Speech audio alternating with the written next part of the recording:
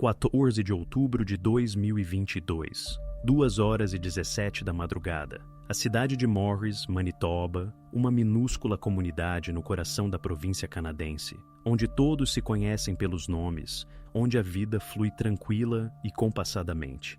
Aqui raramente acontecem eventos que perturbam a ordem habitual.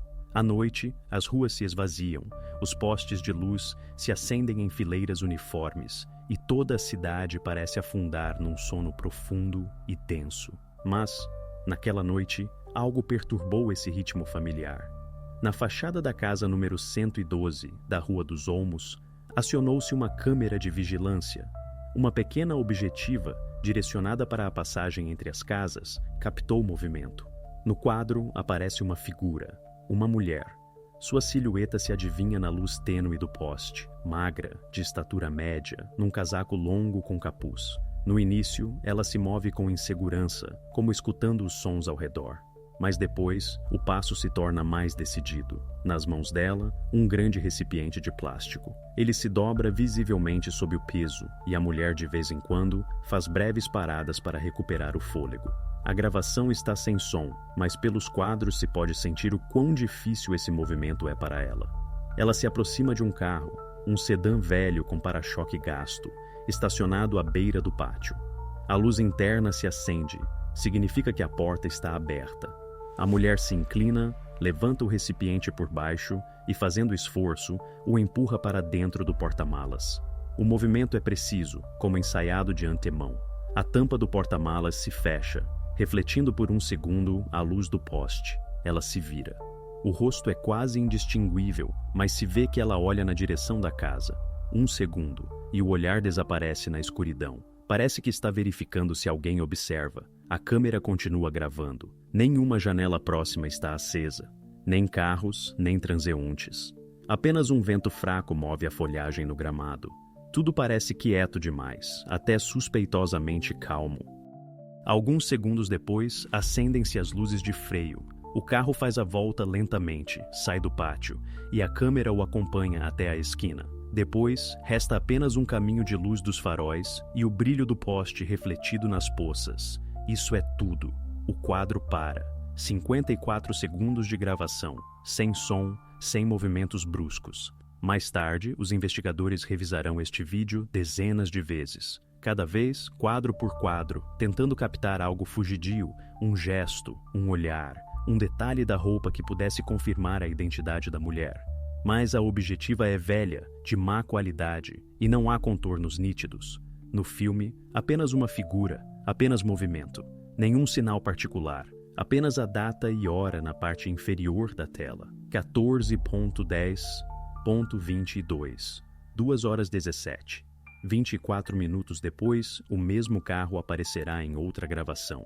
Uma câmera rodoviária, na saída da cidade, o captará no fluxo de raras caminhonetes noturnas. A qualidade é ruim, a imagem treme com a chuva, mas a forma das luzes traseiras coincide. Depois disso, nenhum rastro, nenhuma aparição nas câmeras da cidade, nem sinal de celular. Como se o automóvel tivesse se dissolvido na escuridão. Na manhã seguinte chegará uma denúncia à delegacia de polícia de Morris. Um homem de meia-idade, preocupado mas contido, informará que um membro de sua família não voltou para casa. Dirá que isso não é próprio dele, que ele sempre voltava no horário, e pedirá para verificar tudo o que for possível. O agente de plantão registrará a denúncia no diário e enviará uma equipe para o endereço. Rua dos Olmos, casa 112. Quando os policiais chegarem, o pátio estará impecável, limpo e varrido, automóvel no lugar, persianas abaixadas. Na casa está silencioso, dentro, ordem, quase estéril, sem rastros de luta, sem desordem. Apenas um detalhe estranho. As câmeras de vigilância instaladas no perímetro estarão limpas de gravações das últimas 24 horas. Em todos os suportes, um vazio, exceto uma cópia, acidentalmente salva na nuvem de um vizinho do outro lado da rua. Precisamente esta mostrará a mulher com o recipiente.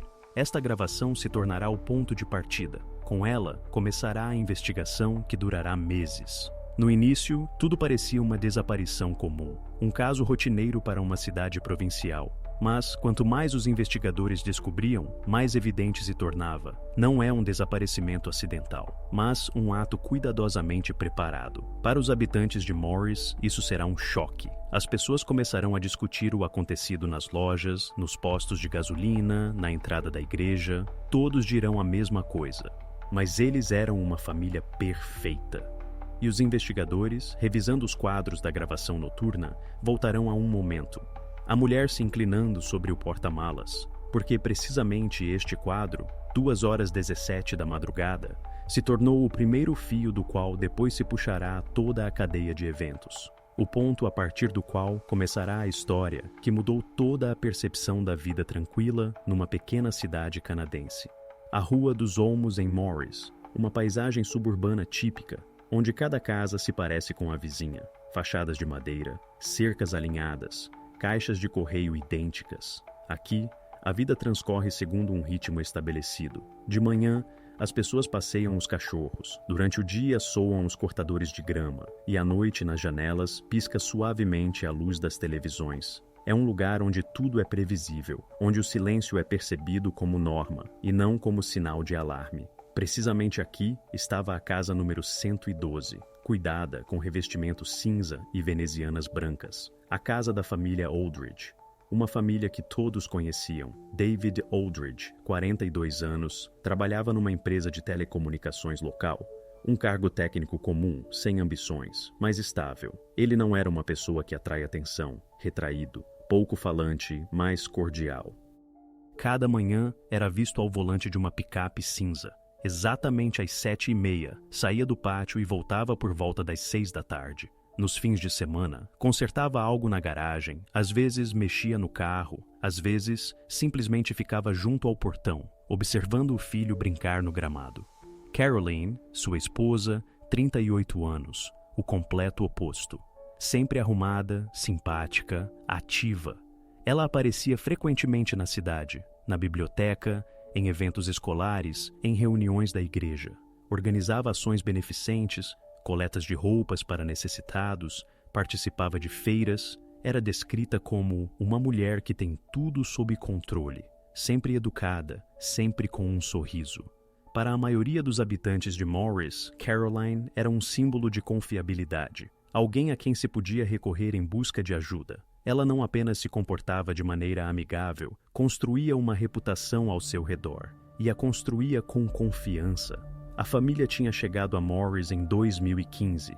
Muitos se lembravam. Então, depois da tragédia, quando a primeira esposa de Dave morreu, ele vendeu a casa em Winnipeg e se mudou para cá com o filho. Diziam que queria começar do zero. Aqui, na periferia, a vida realmente parecia mais tranquila. Um ano depois, ele conheceu Caroline, uma professora de um distrito vizinho, e rapidamente se casaram. Depois do casamento, a casa se transformou. Novas cortinas apareceram nas janelas, no pátio, flores. O gramado ficou perfeitamente cortado, e no alpendre pendia uma placa com a inscrição Welcome. Os vizinhos brincavam. Se há uma casa perfeita em Morris, é a deles. O filho de David, Ethan, era um menino retraído, mas Caroline sempre o acompanhava. Ela o levava na escola, às atividades, ajudava com as lições. Às vezes, os vizinhos os viam andando juntos de bicicleta pela rua ou plantando plantas perto da casa. Ninguém jamais tinha ouvido conversas altas ou brigas, nenhum motivo de preocupação. E se acreditar nos relatórios policiais, a família Aldridge realmente não aparecia em nenhuma base de dados. Nem chamadas, nem recursos, nem sinais. Silêncio total. Quando os investigadores começaram a interrogar os vizinhos, suas respostas coincidiam quase palavra por palavra. São pessoas boas, tranquilas, educadas. Caroline sempre cumprimentava, podia parar, perguntar como vai. Lembrava uma vizinha da parcela da frente. Ela ajudava da escola, sempre trazia algo para as feiras beneficentes. Todos a respeitavam. Dizia o diretor da escola local: "Não acho que sejam capazes de algo ruim. É a Caroline", acrescentava outro vizinho. Precisamente isso causava uma tensão interna nos investigadores. Tudo muito liso, muito correto. A gravação da câmera na qual se vê uma mulher tirando um recipiente pesado à noite não se encaixava de forma alguma nesta imagem. Uma voluntária sorridente, mãe e esposa perfeita, e uma figura de capuz se movendo na escuridão, com movimentos tensos e pesados. Os operativos verificaram tudo: relatórios financeiros da família, fichas médicas, correspondência, até participação em projetos comunitários. O resultado era nada suspeito. Parecia que diante deles havia um exemplo de como deveria ser uma família feliz. Mas, quanto mais estudavam os detalhes, mais forte se tornava o sentimento de que isso era uma fachada. Lisa demais, impecável demais. Como se alguém tivesse passado anos criando uma imagem para esconder algo mais por trás. Em Morris, respeitava-se esse tipo de gente. E precisamente por isso, a notícia de que a casa número 112 tinha se tornado agora objeto de investigação causou choque em todos. As pessoas não acreditavam que fosse possível, mas a investigação apenas começava. E com cada novo interrogatório, com cada nova pista nesta história, apareciam finas rachaduras, mal visíveis, mas cada vez mais perigosas. A fachada que por longos anos tinha parecido inquebrantável começou gradualmente a desmoronar. E muito em breve por trás dela se mostraria o que a família Aldridge ocultava de todos. 13 de outubro de 2022, 21 horas, uma noite comum em Morris. O frio de outono já tinha se instalado nas ruas e sobre os telhados das casas estendia-se uma leve névoa. A maioria dos habitantes se preparava para dormir e apenas raras luzes brilhavam nas janelas. Neste momento, chegou uma chamada ao centro de emergências. Uma voz masculina soava preocupada, mas contida. Era David Aldridge. Ele informou que não conseguia encontrar o filho. Segundo suas palavras, o menino tinha saído durante o dia para brincar na casa de amigos e não tinha voltado para casa. O operador pediu detalhes. A que horas ele saiu? Onde exatamente poderia estar? Com quem se comunicava? David respondia brevemente, às vezes confusamente. Primeiro disse que notou a ausência apenas à noite, quando começou a escurecer. Depois, acrescentou que esperou que o filho voltasse sozinho. Sua voz estava tensa, mas sem pânico. O tom de uma pessoa que tenta se convencer de que tudo está sob controle. Quando o agente de plantão perguntou se o menino tinha telefone ou meio de contato, a resposta veio imediatamente. Não. Ele normalmente está por perto, não precisa. Esta frase mudou tudo. Sem telefone significa que é impossível rastrear. Sem contato significa que não se sabe onde está agora. A partir deste momento, o caso passou da categoria de assuntos domésticos para a categoria de potencialmente perigosos. 20 minutos depois, chegou o primeiro carro de patrulha à casa dos Aldridge. Os funcionários entraram. Uma casa tranquila e cuidada, tudo no lugar. Caroline, a esposa de David, estava na cozinha. Parecia composta, mas nos olhos se lia tensão. A pergunta sobre a última vez que viu Ethan respondeu que por volta das 4 da tarde. Ele ia passar na casa do menino vizinho e prometeu voltar para o jantar. Quando não voltou, pensou que talvez tivesse se atrasado. Os vizinhos confirmaram. Ethan realmente tinha saído de casa durante o dia. Várias pessoas o viram na esquina da rua, mas depois o rastro se perdia. As câmeras na área não funcionavam em todos os lugares. Parte dos sistemas privados estava desativada. A polícia solicitou imediatamente as gravações, mas naquele momento não encontraram nada suspeito. Tudo parecia um passeio vespertino comum que, por alguma razão, terminou em desaparecimento. Os investigadores começaram a formalizar a denúncia. Na seção, descrição da aparência, dados padrão, altura, roupas, sinais particulares. Nenhum item se destacava, nada que pudesse direcionar imediatamente a busca numa direção específica. Verificaram a casa, nenhum sinal de partida voluntária, coisas no lugar, roupas cuidadosamente dobradas, na mesa, uma mochila escolar.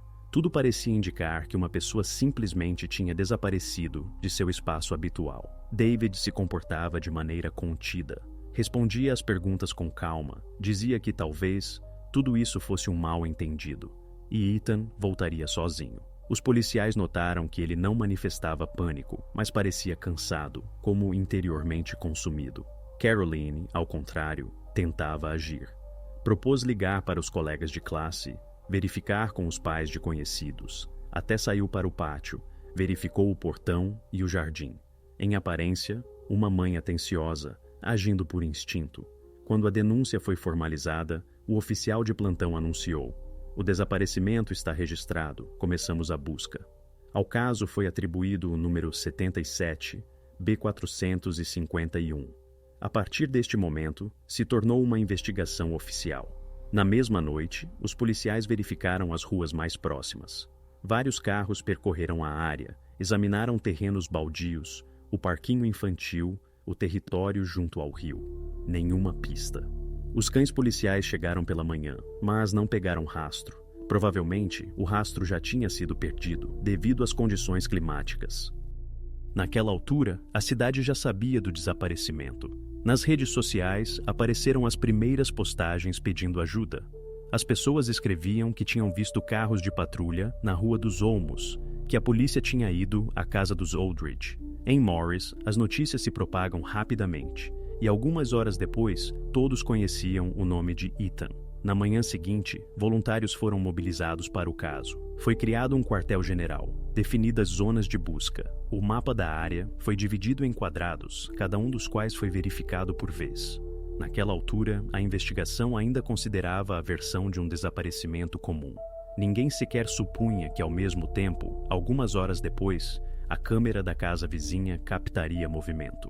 Uma mulher tirando à noite um grande recipiente de plástico. O caso 77-B451 começou oficialmente como uma investigação padrão de desaparecimento de pessoa.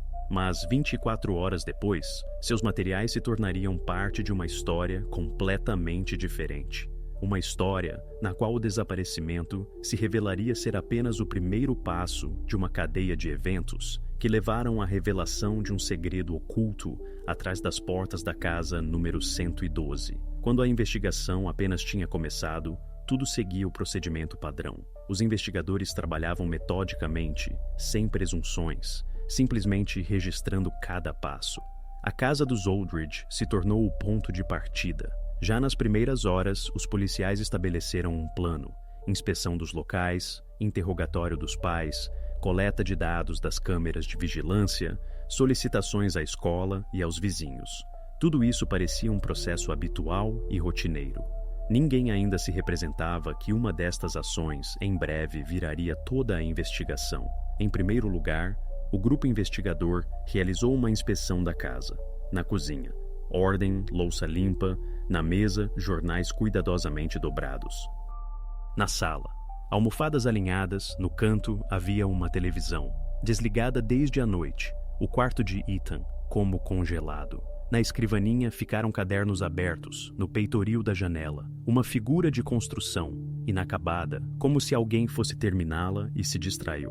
Tudo parecia indicar que o dono do quarto simplesmente tinha saído por um minuto. E, no entanto, a intuição sugeria que não era simplesmente um caso de desaparecimento. Segundo o protocolo, o quarto foi selado. Fita amarela, placa "não entrar", relatório de apreensão de objetos. Era o momento em que, de uma busca, o caso se transformou pela primeira vez em investigação. No papel parecia formal, mas para todos os que estavam naquele momento no corredor, da casa número 112, era evidente. Agora se tratava de algo muito mais sério. O interrogatório dos pais se realizou no mesmo dia. David e Caroline estavam sentados juntos. Ele falava com calma, em frases curtas, evitando detalhes supérfluos. Ela, pelo contrário, era falante. Tentava ajudar a investigação, lembrava de tudo o que podia. Segundo suas palavras, à noite ficaram em casa, assistiram televisão, depois se deitaram. Nenhum deles ouviu sons, não notou nada em comum. "Simplesmente esperamos, pensamos que logo voltaria", disse Caroline. À primeira vista, tudo parecia lógico, mas o detetive Stevens, que dirigia o grupo, desde o início tinha a sensação de que, nesta história, algo não se encaixava. Respostas calibradas demais. Tom calmo demais. Em sua prática já tinha havido casos em que famílias aparentemente perfeitas ocultavam detalhes estranhos. E compreendia. Se atrás da calma exterior realmente há mentira, então é preciso procurá-la nos detalhes. naqueles que não são controlados pelas palavras. No mesmo dia, dirigiu uma solicitação para coletar todas as gravações de câmeras de vigilância num raio de 1 quilômetro. Em Morris, muitos instalavam câmeras, junto às garagens, nas fachadas das casas, até junto às caixas de correio. Com maior frequência, eram usadas simplesmente para vigiar a parcela. Os investigadores começaram a revisão pelas casas mais próximas. As primeiras horas, nada. Pessoas, carros, passeios vespertinos, luz nas janelas, vida comum. Quando chegaram à gravação da casa número 110, a câmera instalada no canto da garagem, o tempo no código temporal mostrava 2h17 da madrugada. Na tela, a silhueta familiar da Rua dos Olmos e no quadro, a casa dos Aldridge. Stevens acelerou a gravação, depois voltou a pausar. Da escuridão aparece a luz dos faróis. Um carro sai lentamente do pátio. Alguns segundos nada acontece. Depois, os faróis se viram para a rua. A qualidade da gravação era ruim. Câmera de modelo antigo, mas a forma da carroceria e a silhueta da mulher, sentando-se ao volante, se distinguiam claramente. Stevens rebobinou para trás e ampliou o quadro. A placa era ilegível, mas o modelo do automóvel coincidia com o carro de Caroline Aldridge, um Subaru Outback branco. O detalhe seguinte não deixava dúvidas. Um grande recipiente de plástico que a mulher carrega cuidadosamente no porta-malas. Não se apressa, não fica nervosa. Movimentos seguros, precisos. Depois disso, o porta-malas se fecha e o carro se afasta lentamente. Para o investigador, era aquele momento preciso em que a versão de um simples desaparecimento deixava de existir. O que viam não se encaixava no relato da família. A noite toda esperamos em casa. Tudo parecia diferente. E precisamente este vídeo registrou pela primeira vez a incoerência da qual começará toda a cadeia seguinte. Quando Stevens imprimiu os fotogramas fixos e os anexou ao caso 77B451, compreendia. Oficialmente, isto era ainda apenas uma ação inexplicável, mas em sua prática, não tinha havido nenhum caso em que uma pessoa que declarou um desaparecimento saísse de casa no meio da noite sem avisar a polícia. No dia seguinte, convocou David e Caroline para um novo interrogatório, oficialmente, para precisar a hora de seu sono e ações vespertinas, mas na realidade já era o primeiro passo para a revelação da mentira. O vídeo da câmera da garagem se tornou aquela primeira pista que rasgou a fachada da família perfeita. A partir deste momento, a investigação já não considerava a casa número 112 como lugar de espera. Tinha se tornado o ponto de partida de um mistério que apenas começava a se desenrolar. Quando convocaram Caroline para um novo interrogatório, ela veio com o mesmo impermeável cinza com o qual a viram no dia da apresentação da denúncia. Passo seguro, penteado cuidado, sem sinais de inquietação. Parecia composta, como se tivesse vindo simplesmente precisar alguns detalhes. Mas os investigadores já sabiam, atrás desta regularidade exterior, há mentira. O interrogatório era conduzido pelo detetive Stevens. A sala, pequena, sem janelas, mesa padrão, gravador, protocolo. No início, tudo transcorria com calma. Precisavam a hora, ações da noite, detalhes da conversa com o marido. Tudo repetia suas primeiras declarações, até que Stevens fez uma pergunta direta. Caroline, você saiu de casa na noite em que Ethan desapareceu? Ela não desviou o olhar. Alguns segundos ficou em silêncio, depois respondeu brevemente. Não, ficamos em casa. A resposta soou regular, sem pausa, sem tentativa de se justificar. Segundo o protocolo, tudo parecia claro. Mas Stevens já sabia que neste momento ela estava mentindo. Em sua mesa havia um pendrive, a gravação de vídeo da câmera que captou o automóvel saindo da casa número 112 às 2h17 da madrugada. Ele não mostrou imediatamente a gravação, simplesmente continuou a conversa, dando-lhe a oportunidade de precisar detalhes. Você se deitou a que horas? Aproximadamente às 11. Estávamos muito cansados. E até de manhã nenhum de vocês se levantou? Não, dormimos. Ele assentiu, fez uma anotação no protocolo e inseriu o pendrive no laptop. A tela foi girada para ela, segundos de silêncio. No vídeo, a fachada familiar da casa deles. Depois, a luz dos faróis, movimento, uma figura junto ao carro. Caroline primeiro se imobilizou, depois moveu o queixo como se não entendesse imediatamente o que via. "É você?" perguntou Stevens com calma. A pausa se prolongou. Ela olhava para a sua tela, mas não respondia. Depois dirigiu o olhar ao investigador. "Sim, sou eu. Mas não é o que você pensa." Sua voz ficou mais suave, como se pedisse compreensão de antemão. "Um segundo e uma nova versão está pronta. Eu estava tirando lixo velho. Tínhamos recipientes de plástico na garagem. Há tempos que queria jogá-los fora. Simplesmente não queria acordar meu marido. Decidi fazer isso à noite." A explicação soava banal, até plausível, quase, mas é precisamente em tais detalhes que se esconde a mentira. Stevens sabia que se uma pessoa mente, tenta fazer sua história o mais cotidiana possível, de modo que não suscite perguntas supérfluas. Registrou suas palavras no protocolo, sem comentários. Depois do interrogatório, o oficial ligou para o aterro municipal. Era uma simples verificação, formalidade rotineira. Do outro lado, respondeu um despachante. Stevens perguntou se na noite de 13 de outubro puderam registrar a entrada de um Subaru Outback branco. A resposta veio imediatamente. "Não. O aterro fecha às 6 da tarde. As câmeras são desconectadas, não há guardas à noite." Era o ponto. A versão de Caroline desmoronou num instante. Sua história sobre o lixo se revelou fisicamente impossível. Significa que está mentindo, e não apenas ocultando um detalhe, está desviando intencionalmente a investigação. Depois da verificação, os investigadores voltaram aos relatórios. No vídeo, aquele mesmo recipiente de plástico, limpo, denso, grande. E se o estava tirando no meio da noite, sem avisar ninguém, e se oficialmente o aterro estava fechado, significa que esta viagem tinha outro objetivo. No mesmo dia, Stevens formalizou uma ordem de observação temporária da casa dos Aldridge. Agora, a família que em Morris conheciam como exemplar se tornava oficialmente objeto de investigação interna. A partir deste momento, Caroline Aldridge deixou de ser testemunha, tornou-se a principal suspeita, e restava à investigação apenas descobrir para onde exatamente ela foi naquela noite e o que tirou naquele recipiente. Quando a ordem de busca entrou em vigor, a pequena cidade de Morris ficou como paralisada.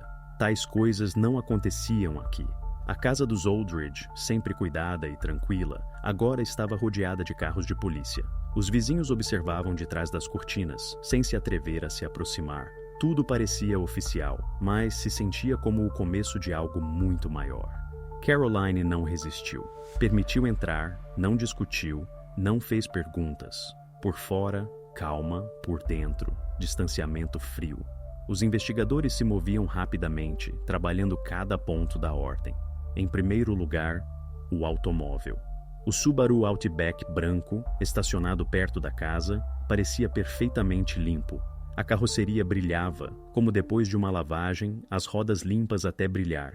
Mas precisamente esta esterilidade inquietava. Perfeito demais para uma família onde recentemente tinha ocorrido um desaparecimento. Os oficiais fotografaram o carro de todos os ângulos. Depois, abriram o porta-malas. Dentro, exatamente o que todos esperavam. Aquele mesmo recipiente, uma caixa de plástico cinza com tampa densa, cuidadosamente colocada junto ao banco traseiro. Parecia um recipiente doméstico comum, mas sua presença enchia o ar de tensão palpável. Os peritos criminais o abriram, e dentro resultou haver nada. Absolutamente vazio. Nem mesmo uma mota de pó. Os investigadores verificaram a superfície, escanearam as paredes, o fundo, as alças. Nem sujeira, nem manchas, nem sequer fibras acidentais. O plástico parecia novo, mas aqueles que trabalhavam com provas há anos compreenderam imediatamente. Isto não era casualidade. Tal resultado só ocorre quando alguém limpa especialmente a superfície. Verificaram todo o automóvel. Os tapetes, frescos, sem manchas, cheiro leve de limão de produto limpador. O porta-luvas vazio. Até no compartimento do porta-malas, tudo estava limpo até brilhar. À primeira vista, limpeza perfeita. Na realidade, vazio estéril, falando mais alto que qualquer prova.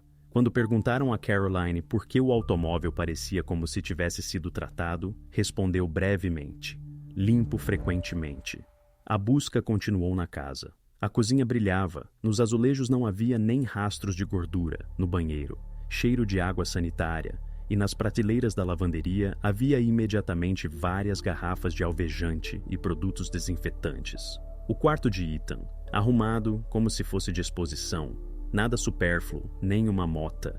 Até a janela estava lavada até a transparência. Os peritos criminais aplicaram luminol, um reagente que revela rastros de fluidos biológicos sob ultravioleta. A luz foi apagada. Alguns segundos. Silêncio e fraco piscar das telas dos aparelhos. Mais nada. Nem um brilho. O luminol permaneceu mudo. Nem no porta-malas, nem no chão, nem nas paredes do recipiente. Isto parecia quase inverossímil, como se aqui nunca tivesse acontecido nada vivo. O desespero no grupo se sentia, mas o profissionalismo não permitia parar. Então, decidiram ir mais fundo, verificar a composição das superfícies. As raspagens foram enviadas ao laboratório. 24 horas depois, chegou o relatório. Alta concentração de substâncias cloradas. De fato, todo o plástico e metal do automóvel estavam impregnados de resíduos de desinfecção. Os químicos notaram que tal coisa só se pode obter com tratamento repetido com concentrado. Isto se tornou o primeiro sinal sério. Não simplesmente ela limpava, estava destruindo rastros. Isto não era lavagem acidental, era limpeza direcionada. Quando os resultados foram relacionados com os prazos temporais e a gravação de vídeo, tudo se encaixou. A noite, a evacuação do recipiente, o retorno e a esterilidade. Com base no relatório do laboratório número C-198, o detetive Stevens redigiu um memorando interno. Nele se dizia: nas superfícies do recipiente e elementos do compartimento de bagagem foram revelados rastros de reagentes clorados. A concentração indica ações premeditadas dirigidas a destruir possíveis provas biológicas. Este documento se tornou decisivo. Até este momento, a investigação operava apenas com suspeitas indiretas. Mentira, contradições, comportamento estranho. Mas agora no caso tinha aparecido o primeiro fato direto. Alguém apagava conscientemente o passado. Depois da publicação do relatório, o status de Caroline mudou oficialmente. Já não figurava no caso como testemunha. Agora estava registrada como principal suspeita. Sua casa deixou de ser simplesmente o lugar de residência da família Aldridge. Tinha se tornado uma cena na qual, segundo todas as aparências, se representava cuidadosamente a ilusão de uma vida normal. A investigação compreendia: se aqui tudo está limpo tão cuidadosamente, significa que há, em algum lugar, um sítio onde esta limpeza não chegou. E precisamente ali deviam chegar depois. Quando o caso Aldridge saiu do marco de uma simples investigação de desaparecimento, o comportamento de Caroline se tornou objeto de atenção particular. Naqueles dias, quando em Morris se realizavam as buscas, quando os voluntários peneiravam campos e plantações florestais, quando por toda a cidade se penduravam anúncios com a foto de Ethan, ela ficava em casa. Nenhum chamamento público, nenhuma entrevista, nenhuma tentativa de se juntar às buscas. Simplesmente se fechou em seu pátio e, segundo os vizinhos, passava horas no jardim. Tranquila, calmamente, com tesoura de poda nas mãos, como tentando se agarrar ao habitual. Para a polícia isto parecia estranho, para os cidadãos, assustador. Todos ao redor participavam das buscas, traziam água, preparavam comida para os voluntários, organizavam coletas. E Caroline, a mãe do desaparecido, parecia viver em paralelo. Uma vizinha da casa da frente disse mais tarde numa entrevista: parecia como se nada tivesse acontecido. Simplesmente podava arbustos, às vezes sentava-se na varanda com uma xícara de chá. Esta calma irritava até aqueles que antes admiravam seu equilíbrio. A investigação conectou vigilância. Uma câmera instalada em frente à casa registrava sua vida cotidiana. Nenhum colapso, histeria, encontros, tentativas de falar com a imprensa.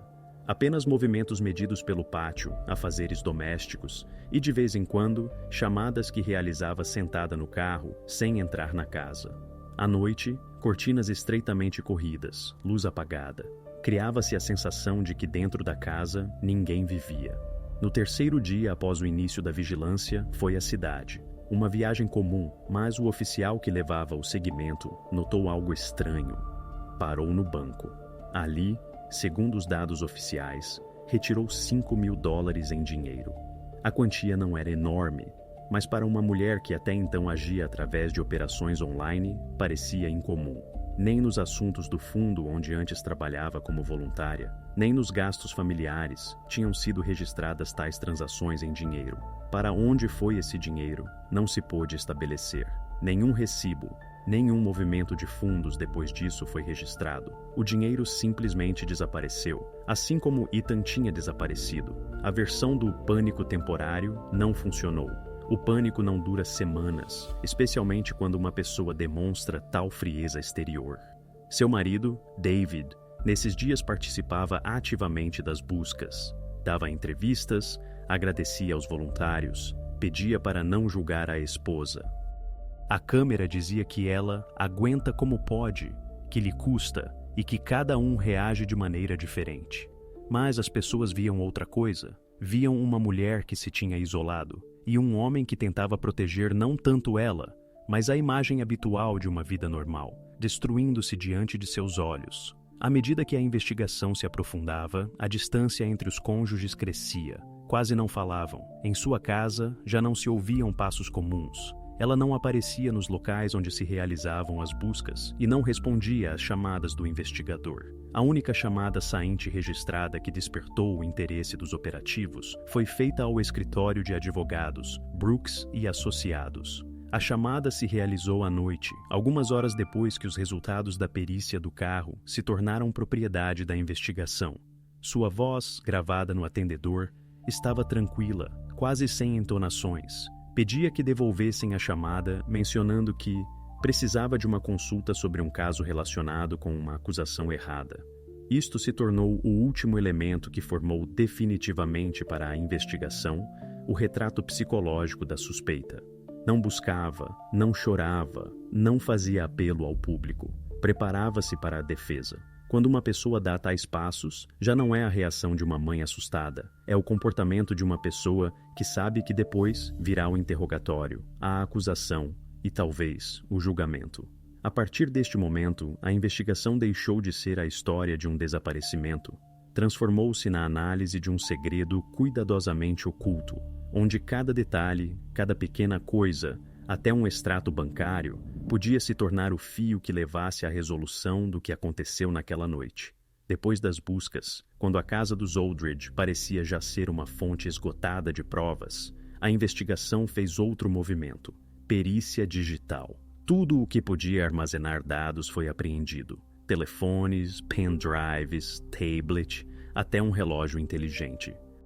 Mais uma atenção especial atraiu o laptop de Caroline, aquele mesmo a partir do qual trabalhava quando levava a contabilidade do fundo beneficente e a correspondência com os habitantes de Morris. Estava na mesa da sala, cuidadosamente fechado, como se simplesmente esperasse que o abrissem de novo. Quando os especialistas do Departamento de Criminalística Digital receberam o dispositivo, notaram imediatamente: as últimas ações no laptop foram registradas em 12 de outubro, ou seja, um dia antes da chamada ao 911.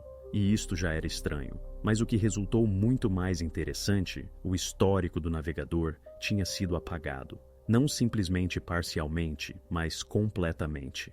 Até o preenchimento automático de campos, eliminado. Isto não parecia um clique acidental, mas um apagamento consciente de rastros. O mesmo tinha sido feito com a lixeira e os arquivos temporários. A análise técnica mostrou que a limpeza foi realizada manualmente, e não por um programa. Alguém sabia exatamente como eliminar rastros, de modo que o sistema não guardasse o registro de ações. Mas os especialistas sabiam também como recuperar o perdido. O disco rígido apreendido foi copiado em condições de laboratório, e começou o lento processo de recuperação de dados eliminados. Isto levou quase 2 dias. Quando apareceram os primeiros resultados, ficou claro: Caroline tinha tentado em vão. O sistema registrou as etiquetas temporais de páginas em cache, e graças a elas foi possível recuperar o histórico de buscas de vários dias antes do desaparecimento de Ethan. 10 de outubro, busca, hidróxido de sódio, ação sobre tecidos. 11 de outubro, profundidade de congelamento do solo em Manitoba. 12 de outubro, temperatura de decomposição de matéria orgânica. Em si mesmas, estas frases pareciam algo científico, como se uma pessoa preparasse um relatório ou estudasse química, mas para os investigadores soaram de outra maneira. Especialmente no contexto do que exatamente acontecia na casa dos Aldridge. Depois, ainda pior. Os dados recuperados mostravam transições por fóruns e páginas onde se discutiam formas de destruir rastros biológicos de superfícies. Vários links levavam a recursos sobre construção e geologia, incluindo a busca, lugares desertos e pedreiras abandonadas perto de Morris. Isto já não se podia explicar por curiosidade acidental. Quando o detetive Stevens recebeu o relatório do laboratório, não acreditou imediatamente no que viu. Releu cada linha, depois verificou as datas com outros eventos. Tudo coincidia. As buscas apareceram 2 ou 3 dias antes do desaparecimento de Ethan, e a última foi feita na noite de 12 de outubro, algumas horas antes que a câmera captasse Caroline com o recipiente. Esta sequência excluía a casualidade. Ninguém busca à noite informação sobre profundidade de congelamento do solo sem mais. Ninguém elimina todo o histórico do navegador se nele não há algo que possa incriminá-lo. A perícia digital transformou a suposição em prova. Agora, a investigação tinha não apenas confirmação física da limpeza, mas buscas documentalmente registradas que falavam por si mesmas. Quando os resultados foram oficialmente adicionados ao caso, sob o número D452, dentro do departamento já não havia dúvidas. Tudo indicava intencionalidade. Caroline não agia em pânico, não cometia erros, planejava. Com sangue frio, de antemão, com cálculo. Depois da publicação do relatório, Stevens disse numa entrevista: "Acontece que um criminal deixa rastro no local, e acontece que o deixa na memória de um dispositivo, e esse rastro diz mais que quaisquer palavras." A partir deste momento, o caso Aldridge deixou de ser simplesmente investigação de desaparecimento. Tornou-se o estudo de uma intenção, essa que nasce muito antes do crime. E precisamente a essa etapa passava agora a investigação. Depois da recuperação do histórico de buscas, a investigação decidiu registrar a opinião de peritos. Para eliminar qualquer interpretação, foram envolvidos no caso especialistas, um químico independente, um edafólogo e um perfilador da Real Polícia Montada do Canadá. Sua tarefa era simples: traduzir os termos técnicos secos em palavras compreensíveis e avaliar seu significado no contexto da investigação. Quando os peritos se familiarizaram com os materiais, o primeiro a falar foi o químico. Imediatamente prestou atenção à busca hidróxido de sódio ação sobre tecidos. Segundo ele, esta substância é um dos álcalis mais agressivos, que dissolve matéria orgânica. Na vida cotidiana, usa-se para desentupir canos, mas num ambiente de laboratório ou em criminalística, é já uma ferramenta de destruição de material biológico. Notou que uma pessoa comum raramente se interessa pela ação química de tal composto sobre tecidos, salvo no contexto de um experimento ou destruição intencional. Esta explicação soava contida, mas tinha em si mesma uma pesada conotação. Depois interveio o perito em edafologia. Sua atenção atraíram as buscas sobre profundidade de congelamento dos solos em Manitoba. Explicou que tais dados normalmente se usam na construção, por exemplo, ao colocar fundações. No entanto, em combinação com outras buscas onde figurava a temperatura de decomposição de matéria orgânica, o quadro parecia completamente diferente. Este interesse, em sua opinião, indicava não objetivos domésticos, mas o estudo de condições naturais para a ocultação a longo prazo de rastros. Sublinhou que a menção de uma região específica torna este interesse não acidental. A pessoa queria compreender em que medida o solo é capaz de ocultar rastros a longo prazo. Quando chegou a vez do perfilador, a conversa adquiriu outro caráter. Não lhe interessava o conteúdo das buscas, analisava o comportamento. Segundo ele, o fator decisivo não era a informação mesma, mas sua sequência e tempo. A primeira busca foi feita 48 horas antes do desaparecimento de Ethan, a segunda, no dia seguinte, a terceira, algumas horas antes da noite em que a câmera captou Caroline com o recipiente. Este intervalo temporal, segundo o perfilador, fala de planejamento. A pessoa não agia em afeto, não buscava soluções impulsivas. Estudava, comparava, verificava, como se preparasse para ações concretas. Depois, o perfilador notou outro detalhe. Todas as buscas foram feitas em modo incógnito. Isto testemunhava a intenção de ocultar o fato mesmo da busca. Assim, não se age por curiosidade, mas por cálculo.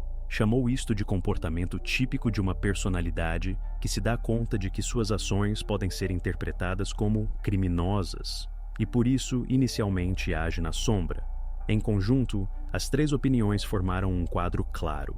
O químico deu explicação científica da substância, o edafólogo mostrou a lógica na escolha do lugar, e o perfilador estabeleceu a estrutura temporal e de comportamento. Tudo convergiu numa linha: preparação, plano, execução. No relatório oficial, assinado pelo investigador principal e anexado ao caso sob o número T-462, indicava-se: a atividade de busca indica preparação metódica para a ocultação de rastros de crime. A sequência de buscas e marcas temporais confirmam que as ações de Caroline Aldridge tinham caráter consciente e planejado de antemão, iniciado não menos de 24 horas antes da apresentação da denúncia de desaparecimento. Esta formulação se tornou decisiva. Depois dela, a investigação deixou de considerar Caroline como uma pessoa enredada em emoções ou assustada pelas consequências. A partir deste momento, era considerada como pessoa que agia com sangue frio e com cálculo. Agora a tarefa era diferente. Era preciso não apenas demonstrar que ocultava algo, mas compreender. Onde estão os rastros do que tentou destruir? A investigação saía dos limites da casa, do carro e das provas digitais. Pela frente ficavam as buscas daquele lugar preciso, que ela, a julgar pelas buscas, procurava de antemão. Quando a investigação chegou ao ponto onde o quadro parecia quase completo, os investigadores decidiram verificar se não há algo que estão deixando passar. Qualquer investigação séria requer que a versão que se tornou principal suporte a prova das alternativas. Assim começou a revisão dos dados iniciais. Interrogatórios, rastros eletrônicos, ambiente de Ethan. Tudo isso que se podia reverificar foi reverificado. Voltaram a interrogar os colegas de classe. Estas conversas à primeira vista não prometiam nada novo.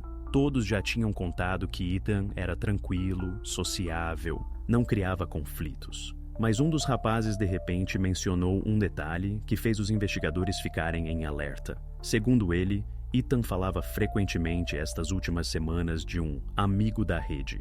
Não de um conhecido, não de um parente, mas precisamente de uma pessoa com quem se comunicava na internet, mas não mostrava a correspondência a ninguém. Chamava-o simplesmente Ranger. Esta frase mudou imediatamente a direção da busca. A investigação solicitou um relatório completo sobre seu tablet, que tinha sido encontrado na casa e já estava em perícia. O dispositivo foi desbloqueado com a ajuda de uma cópia de backup da conta, e num dos chats de jogo, efetivamente encontraram uma conversa com um usuário sob o pseudônimo Ranger Set. Os diálogos eram fragmentários, típicos da comunicação online. Frases curtas, discussão de jogos, várias mensagens sem conexão evidente. Mas uma delas se destacava. Podemos nos ver se quiser. Estarei perto do campo atrás da escola na sexta à noite. Sexta era precisamente a noite de 13 de outubro. A mensagem parecia um possível fio. Os investigadores levaram isto a sério. Se o encontro realmente devia se realizar, então talvez alguém externo estivesse envolvido no desaparecimento. Esta versão podia virar o caso e retirar a suspeita de Caroline. Por isso, a RCMP enviou uma solicitação ao provedor para rastrear o endereço IP do usuário Ranger7. Enquanto esperavam a resposta, foi realizada uma verificação das câmeras ao redor da escola e das ruas mais próximas. Nas gravações, não encontraram nenhum automóvel suspeito ou pessoa que coincidisse com o momento aproximado do encontro suposto. Mas a investigação não parou. O rastreamento sim mostrou o resultado. O endereço IP levava a uma cidade vizinha, aproximadamente a 40 quilômetros de Morris. Esse dia, um grupo de operativos se dirigiu para lá. Encontraram a casa a qual pertencia o endereço e bateram na porta. Abriu um menino de uns 12 anos, assustado, mas sem resistir. Seus pais estavam na casa, surpreendidos pela visita da polícia, imediatamente permitiram inspecionar o equipamento. No laptop da criança, efetivamente havia uma conta Ranger 7, e no histórico do navegador se conservava aquela mesma correspondência. Logo, tudo ficou claro. O menino admitiu que tinha conhecido Ethan num jogo algumas semanas atrás. Falavam de detalhes, estratégias, personagens, níveis. A ideia de se encontrar era dele, mas, segundo ele, se assustou quando compreendeu que se tratava de um encontro real. E nessa noite, finalmente não foi. Nem sequer informou disso, simplesmente desligou o telefone e não voltou a entrar no chat. A verificação confirmou suas palavras. Pelo tempo de atividade, geolocalização e coincidência de conta, já não havia dúvidas. A versão do amigo secreto desmoronou tão rapidamente quanto apareceu. Para a investigação, isto significava uma coisa: nenhum malfeitor externo figurava na história. Nem sequestro, nem complô. Tudo voltava à casa dos Aldridge e à mulher que desde o início se comportava como se soubesse mais do que dizia. Quando fecharam o caso por esta linha, o detetive Stevens notou no relatório: a versão do contato online está excluída. As ações de Ethan não contêm sinais de preparação para a fuga. Sua conexão com o usuário Ranger 7 é reconhecida como acidental. Este beco sem saída, parecia, não tinha dado nada, mas seu significado era inverso. Cada falsa pista, cada direção refutada só reforçava a versão principal. Quanto mais profundamente verificavam todas as demais opções, mais evidente se tornava. Todos os caminhos levavam de novo à mesma pessoa, Caroline Aldridge. A investigação voltava à linha inicial, mas agora sem dúvidas e sem teorias de reserva. Tudo o que ficava: encontrar provas do que tinha acontecido com Ethan. Quando a investigação se assegurou de que já não havia suspeitos externos, a atenção voltou a ela. E então, os investigadores decidiram pela primeira vez olhar para Caroline não como a madrasta do menino desaparecido, mas como uma pessoa com sua própria biografia, passado e, talvez, aqueles momentos dos quais preferiria calar. À primeira vista, sua história parecia impecável. Uma mulher com formação universitária, ensinava arte, participava em programas beneficentes, mudou-se de Winnipeg para Morris junto com o marido, onde abriram um fundo de ajuda a necessitados. Mas quanto mais profundamente cavavam os investigadores, mais rachaduras apareciam nesta imagem perfeita. Uma solicitação oficial foi dirigida aos arquivos de serviços sociais de Winnipeg. Esperava-se que não houvesse nada em comum, no máximo registros sobre iniciativas beneficentes. No entanto, a resposta do departamento chegou com 2 documentos anexos, marcados com o selo confidencial. Eram chamadas que chegaram ao Serviço de Proteção em 2018 e 2020. Chamadas anônimas. Ambas do mesmo endereço onde então vivia Caroline. A primeira mensagem foi registrada tarde da noite, em 11 de março de 2018. Uma mulher na linha informava que, do apartamento vizinho, provém gritos de mulher fortes e choro prolongado. A segunda chegou 2 anos depois, em janeiro de 2020. Então, o chamante falava já de brigas noturnas regulares e gritos parecidos com pedidos de ajuda. Em ambos os casos, empregados do serviço se dirigiram ao local, mas depois de verificação, fecharam os casos. A formulação era a mesma. Não foram encontrados sinais de ameaça à vida ou impacto físico. Para os policiais, estes registros se tornaram um detalhe importante. Não uma prova, mas um contexto. Mostravam que atrás da fachada de uma mulher tranquila e composta, já antes algo acontecia. Explosões emocionais, escândalos, talvez tensão interna que não se escapava para fora em forma pública, mas existia. Depois disto, a investigação decidiu verificar também outros aspectos de sua vida. Foi envolvido no caso um analista financeiro da RCMP. Foi-lhe encarregado seguir o histórico de pagamentos de Caroline antes do casamento com David Aldridge. Os resultados resultaram inesperados. 1 ano antes do casamento, tinha vários créditos não saldados. A soma total superava $40 mil. Parte das dívidas estava relacionada com uma tentativa falhada de abrir um estúdio de cursos artísticos, parte com empréstimos pessoais. Depois do casamento, todas as dívidas foram saldadas. Os pagamentos passaram da conta de negócios de David Aldrich. No relatório do perito financeiro, apareceu uma linha lacônica, mas significativa. A dependência material está estabelecida. O nível de controle sobre o orçamento familiar, mínimo. E esta frase explicava muito.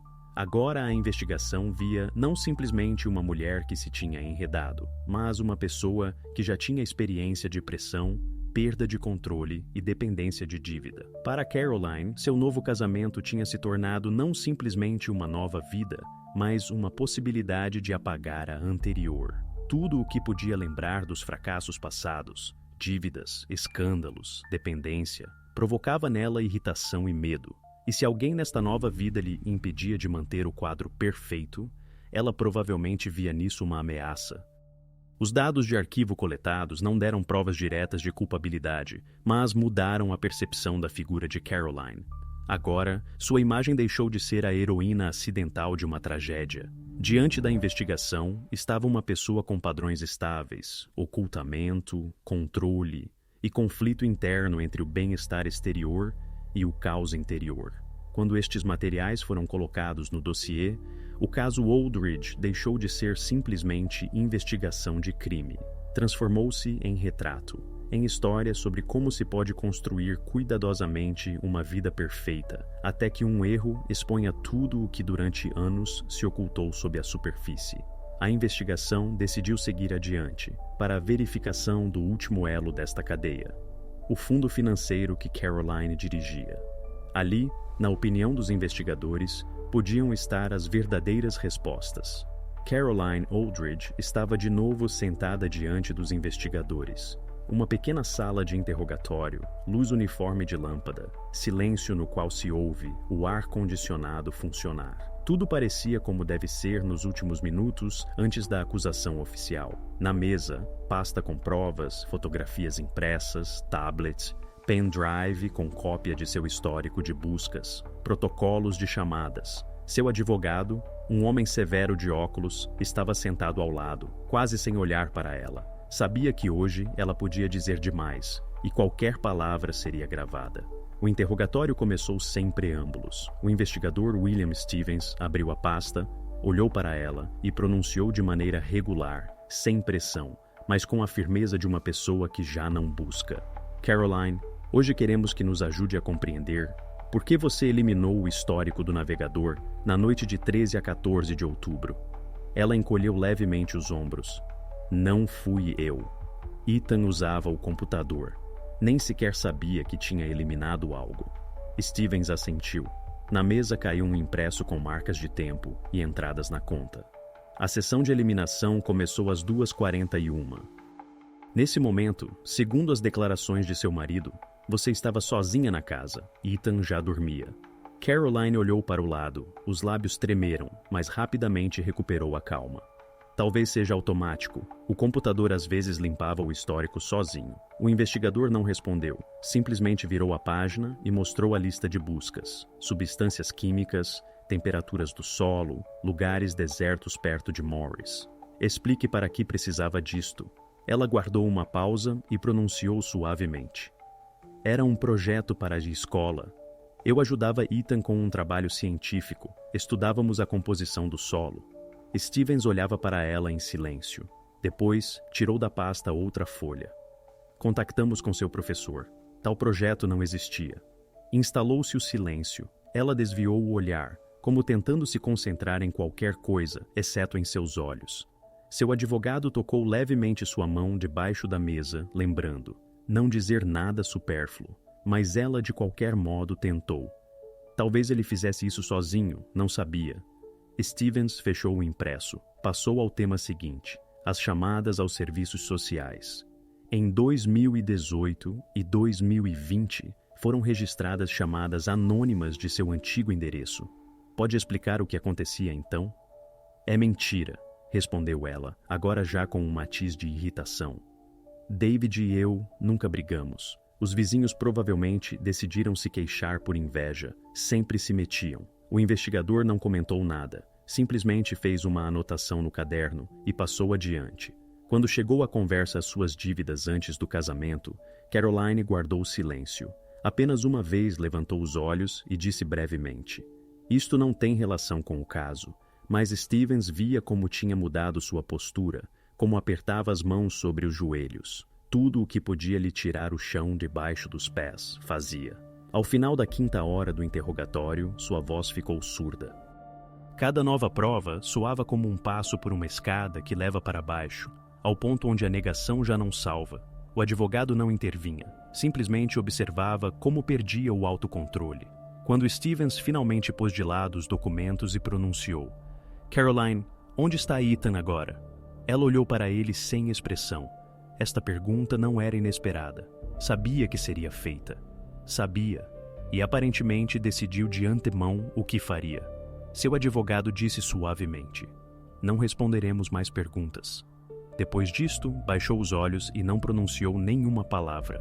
Na sala reinava um silêncio, pesado, expectante.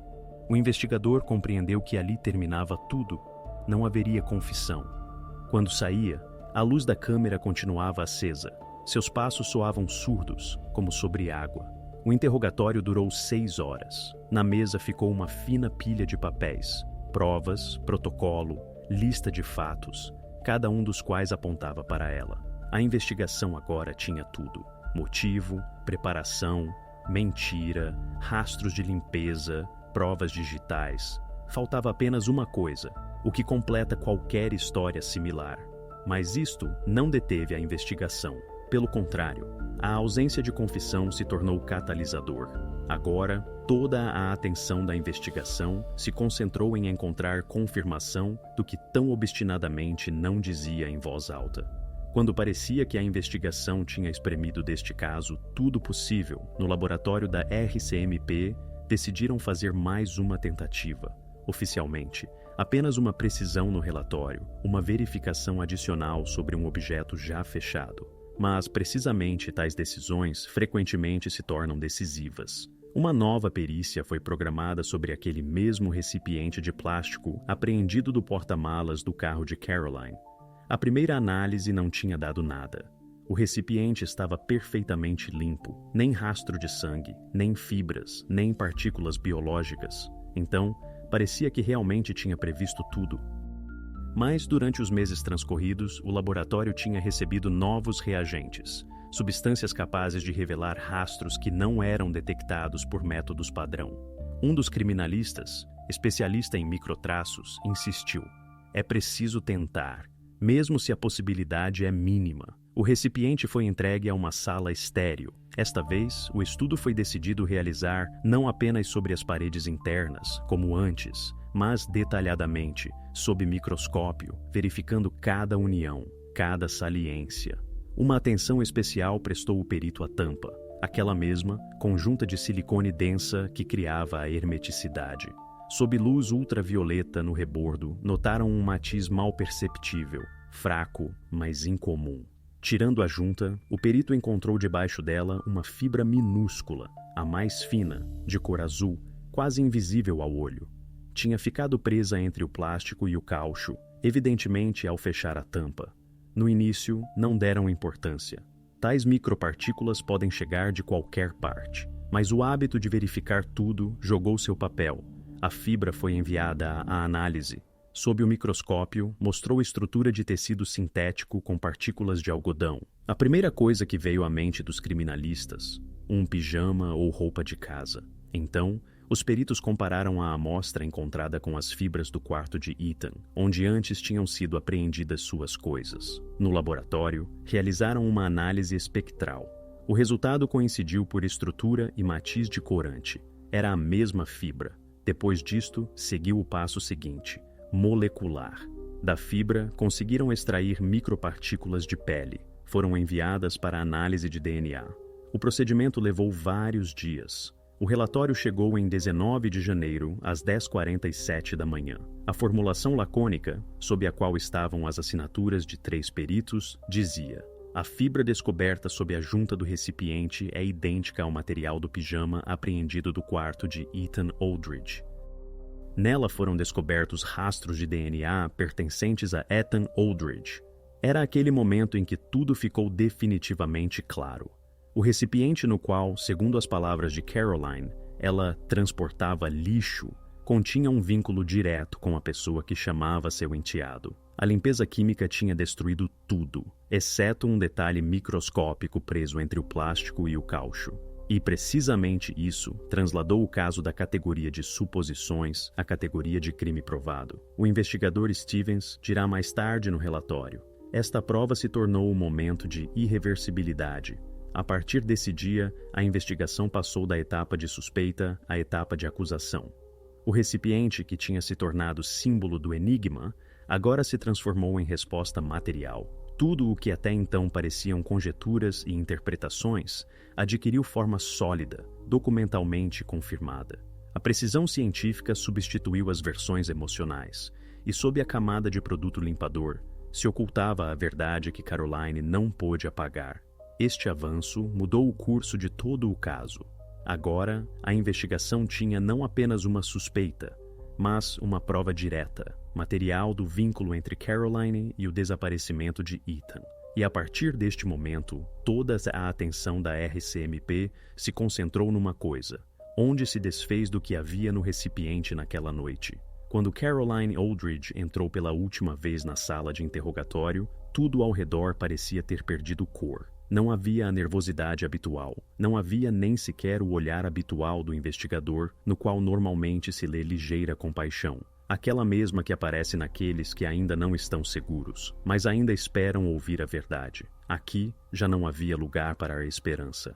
Apenas silêncio, luz uniforme de lâmpada e ruído de papéis quando na mesa caiu uma nova pasta com a nota perícia adicional. O investigador Stevens estava sentado em frente, mas já sem a vigilância prévia. Seu rosto estava tranquilo, como o de uma pessoa que fez tudo o que pôde. Ao lado, o procurador do distrito, um homem idoso com um olhar cansado, e o advogado de Caroline, que parecia como se as últimas semanas tivessem extraído tudo dele. Já não tentava parecer seguro. Pelo contrário, como resignado de antemão ao desenlace, compreendendo que adiante não haveria disputa, mas constatação. A pasta foi colocada diante de Caroline. Não se apressava a abrir. Alguns segundos, simplesmente a olhou, como algo que pode mudar a realidade, mas não mudará seu destino. Depois, abriu, folheou lentamente várias páginas, os olhos deslizaram pelas frases técnicas. Análise de amostras, identificação espectral, perfil de DNA confirmado e, finalmente, a terceira página, o nome. Aquele mesmo que, apesar de todas as tentativas de negação, a tinha seguido como sombra os últimos meses, Ethan Aldridge. Ela exalou, sem emoções, sem lágrimas. Apenas uma curta inspiração pesada, como se todo o ar tivesse saído do peito. Quer acrescentar algo às suas declarações? Perguntou Stevens, sem mudar de entonação. Caroline baixou os olhos. Seus dedos, dobrados sobre a mesa, não tremeram. É um erro. Não fiz nada, pronunciou suavemente. Mas nada. Nem tentativa de se justificar, nem indignação, nem sequer irritação. Apenas negação fria e distante. Quando o procurador começou a ler extratos do relatório sobre as micropartículas, sobre a coincidência da fibra, sobre que o encontrado sob a junta não podia ser trazido acidentalmente, ela não levantou o olhar. Apenas uma vez suas pupilas tremeram quando ressoou a frase: alta probabilidade de contato direto com o objeto. Mas mesmo então, não disse nenhuma palavra. O advogado sentado ao lado tentava atrair seu olhar, como lembrando: é preciso aguentar, não reagir. Tudo se pode impugnar no tribunal. Mas ela, parece, já nem escutava. Seu mundo interior estava fechado desde dentro, como uma casa onde a luz está apagada. A investigação compreendia. Não haveria confissão. E, no entanto, cada pessoa na sala sentia que já não era necessária. A cadeia lógica agora não requeria palavras. Dados digitais, química, criminalística, comportamento, tudo coincidia. Uma semana após a apresentação da nova prova, a Procuradoria de Manitoba terminou de formar o pacote de acusação.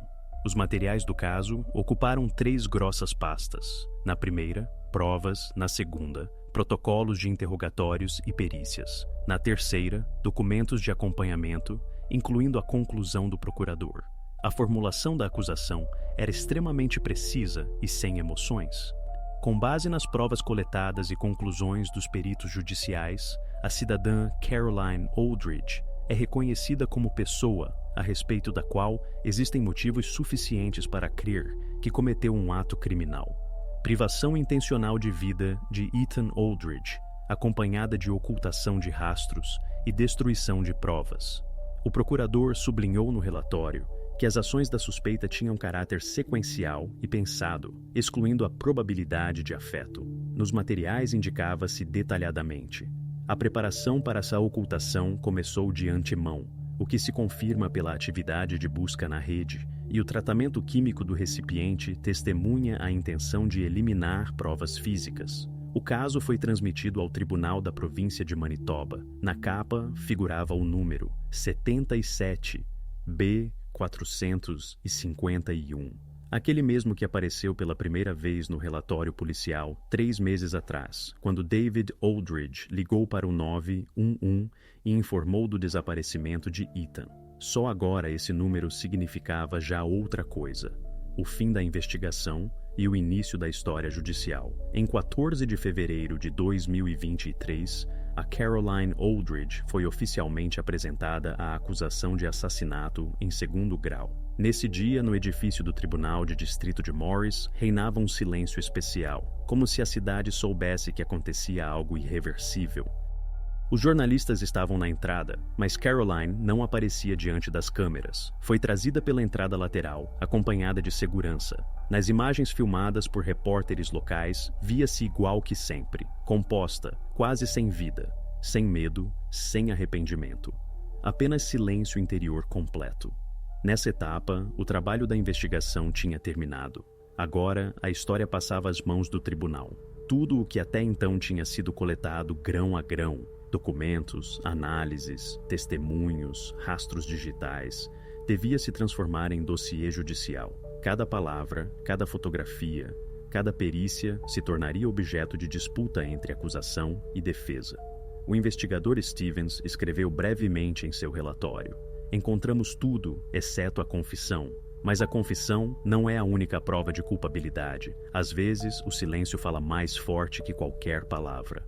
Assim, terminou uma etapa, a policial, e começou outra, a judicial, onde já não se fazem perguntas, mas onde se constrói a verdade segundo as regras da lei, e onde a história de Caroline Aldridge devia chegar a seu fim lógico, não em relatórios, mas sob juramento, diante de jurados, sob o som do martelo de madeira.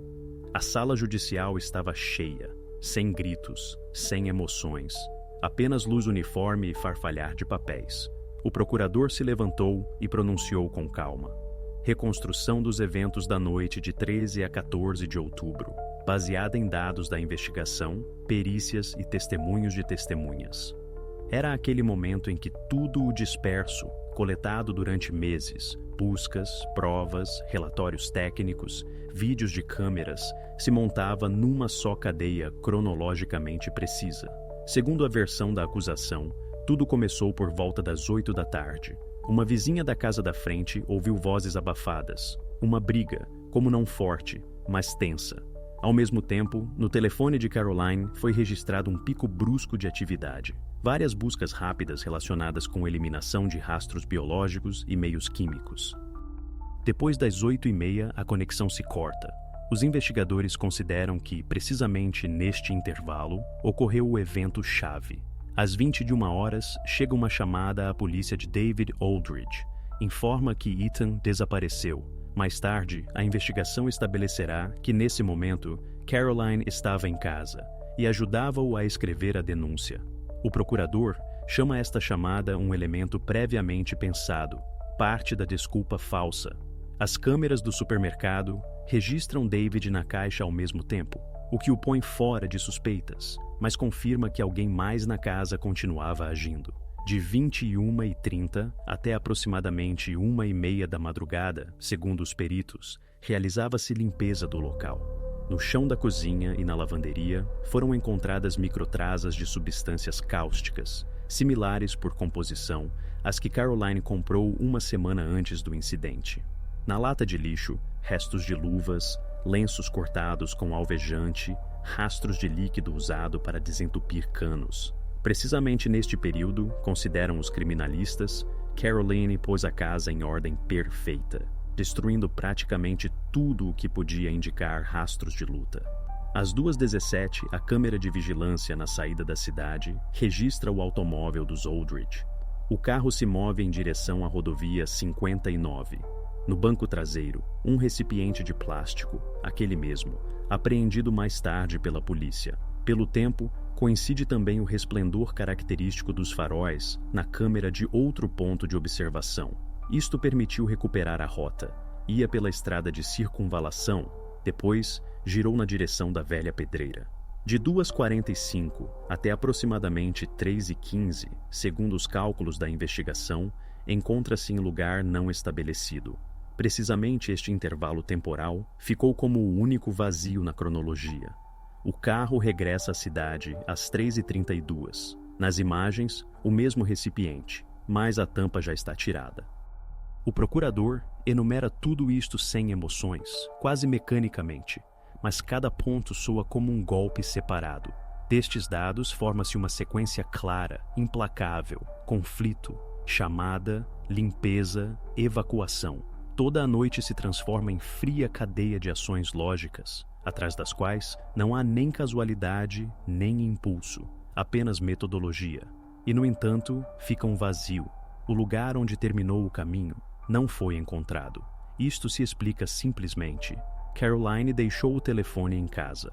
Nem GPS, nem dados de rede celular, nem rastreador no carro. Cada movimento estava pensado de antemão, como se soubesse que precisamente isto se tornaria a única forma de cortar o rastro. O procurador termina da reconstrução com uma frase curta. Não encontramos os restos, mas encontramos suficiente para estabelecer o fato do crime. Esta reconstrução se tornou o elemento-chave da acusação. O tribunal a aceitou como base para as audiências. E agora, quando as provas tinham se montado num quadro único, restava o último: verificar se suportaria a prova dos jurados. O julgamento começou tranquilamente, quase rotineiramente, sem ruído e sem sensações. Mas, atrás desta aparência comum, sentia-se uma tensão que era impossível ocultar. Na sala, reinava um silêncio, como se cada pessoa presente compreendesse. Agora, se decide não simplesmente o destino de Caroline Aldridge, mas a resposta à pergunta que atormentava a cidade um ano inteiro. Pode-se condenar por assassinato se a pessoa mesma nunca foi encontrada? A defesa, desde os primeiros minutos, construiu uma linha simples, mas efetiva. Não há corpo, não há caso. O advogado, jovem mas seguro, repetia isto quase como um mantra. Dirigia-se aos jurados com calma, quase confidencialmente, como explicando não uma sutileza jurídica, mas lógica de vida. Dizia: as provas são indiretas. Tudo se constrói sobre suposições, sobre conjecturas, sobre interpretação de química e rastros digitais, mas não sobre fatos confirmados corporalmente. E em certo momento parecia que seu argumento funcionava. Vários jurados realmente começaram a trocar olhares. Mas a acusação estava preparada para isso. O procurador se levantou e falou de maneira regular, contida, mas com pressão interna que se sentia em cada palavra. Não alçava a voz, não gesticulava. Simplesmente, sequencialmente, quase matematicamente, montava diante dos jurados uma cadeia de provas. Não debatia com a defesa. Simplesmente mostrou que a ausência de corpo não significa ausência de crime. Cada prova é um elo, disse, fazendo pausa após cada frase. Separadamente são fracas, mas juntas é uma cadeia. E esta cadeia vincula a acusada ao crime mais solidamente que quaisquer confissões. Rastros digitais, perícias químicas, incoerências de comportamento, tentativa de limpar a casa, testemunhos falsos, rastros de fibra. Tudo isto não são coincidências. É um sistema, e o sistema sempre fala mais forte que as emoções. Na sala reinava tal silêncio que se ouvia como alguém deixou cair uma caneta. O procurador continuou, passando ao concreto. À tela foram tiradas fotografias do recipiente, o relatório sobre o DNA, os dados sobre a rota do carro, as marcas temporais do navegador. Tudo isto se transformava em quadro vivo, implacável. Os momentos-chave do processo foram os testemunhos dos peritos judiciais. Um após outro, intervieram criminalistas, químicos, analistas informáticos. Não jogavam com emoções, apenas fatos. O perito em dados digitais mostrou os registros temporais do navegador.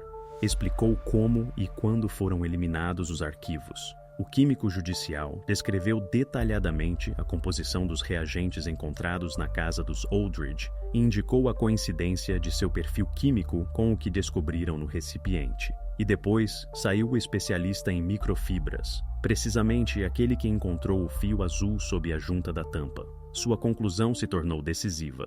O DNA na fibra é idêntico. Não é casualidade, não é erro estatístico. É prova física de contato e exclui qualquer versão alternativa dos eventos. Depois disto, as palavras da defesa já soavam de outra maneira. O advogado tentava objetar, falava de violações de procedimento, sobre perda da cadeia de conservação de provas, sobre possibilidade de substituição de amostras. Mas tudo isto se afogava na evidência geral.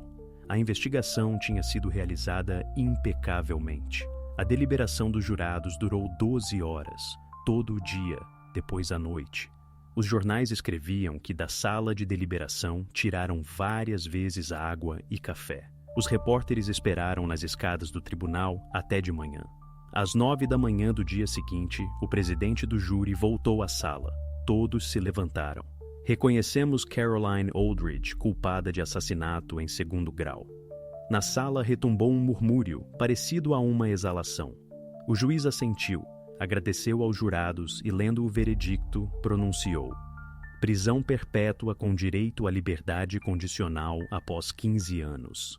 Caroline escutou tudo de pé, sem pronunciar uma palavra. O rosto permanecia imóvel, como se fosse espectadora e não participante. Quando a tiraram da sala, virou-se apenas uma vez, para o procurador, mas não com ódio, mais bem com compreensão tranquila de que o jogo tinha terminado.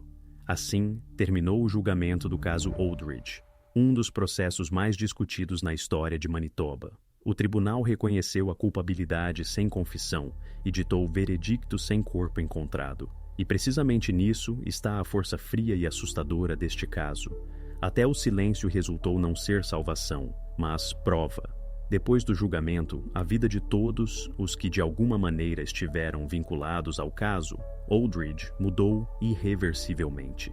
Na sala onde o veredicto já tinha sido pronunciado, o ar parecia ter perdido densidade. David estava imóvel, apertando nas mãos a aliança que não tinha voltado a pôr depois da prisão de Caroline.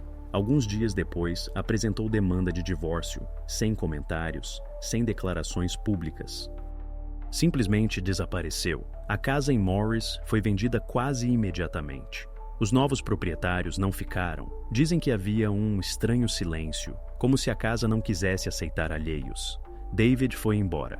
Foi visto pela última vez num posto de gasolina na saída de Winnipeg. Depois, o rastro se perde. Alguém afirmava que se mudou com parentes em Ontário, outros, que foi para os Estados Unidos. Mas se sabe com certeza uma coisa: nunca mais voltou a Morris. Não apareceu em aniversários, não respondeu cartas, não contactou com a imprensa, como tentando apagar não apenas o endereço, mas a memória mesma de sua vida passada e a cidade. Morris tardou muito em se recuperar. As cidades pequenas vivem de rumores, mas neste caso, até os rumores soavam abafados. As pessoas não se consertavam, mas como simultaneamente deixaram de pronunciar seu nome. Caroline se tornou símbolo do que pode se ocultar atrás da fachada do bem-estar, atrás de um gramado cuidado e fotos familiares no refrigerador. Nas escolas, os professores evitaram durante muito tempo o tema da violência familiar. Mas, precisamente depois deste caso, apareceram no distrito novas instruções para serviços sociais e um programa de reação precoce. Os vizinhos que antes os chamavam uma família perfeita decidiram agir de outra maneira. Coletaram dinheiro e criaram um pequeno fundo beneficente, Memória de Ethan. O objetivo do fundo é simples: ajuda a jovens em situações domésticas difíceis. A organização é modesta, mas quase toda a província tem conhecimento dela. Sua curadora, uma ex-psicóloga escolar, contava que o fundo existe não por desejo de perdoar, mas por desejo de não permitir a repetição. 6 meses após o julgamento, no Parque Municipal apareceu uma pedra comemorativa. Nela, não há foto nem data, apenas uma curta inscrição: que a luz daqueles que amamos não se apague. As pessoas trazem ali brinquedos, bilhetes, flores. Especialmente no outono, quando as folhas caídas tornam a pedra quase invisível, mas por isso parece ainda mais silenciosa e calorosa. Caroline cumpre pena no estabelecimento correcional para mulheres em Santa Maria. No início, comportava-se de maneira fechada, não participava em conversas, não ia a ocupações grupais. Várias vezes tentou apresentar apelação, todas foram rejeitadas. Nas cartas que os jornalistas recebiam, através do advogado, continuava afirmando que não era culpada. Mais de uma vez, lhe perguntaram onde se encontra Ethan. Invariavelmente respondia o mesmo: não sei nada. Anos depois, suas palavras soam igual de frias. Ninguém acredita em sua sinceridade, mas precisamente este obstinado silêncio se tornou o último segredo do caso Holdridge. Está condenada, castigada, mas não revelou o principal. E com isto, como deixou para si a última palavra. Hoje a história de Caroline e Ethan não é simplesmente um caso criminal. É um exemplo de como a indiferença humana, o não dito e o fechamento podem levar à tragédia. É história sobre como o mal nem sempre grita. Às vezes fala em sussurros, com um sorriso, na cozinha onde arde uma luz suave. E em algum lugar em Morris, numa rua tranquila junto ao rio, a velha casa dos Holdridge continua vazia. As janelas estão tapiadas, a grama cresceu mais alta que o umbral, e apenas raros transeuntes lançam um olhar ao letreiro descascado junto ao portão. Dizem que à noite ali se ouve ranger à porta do porão, mas talvez seja simplesmente o vento. Histórias como esta não vão embora, ficam como um eco.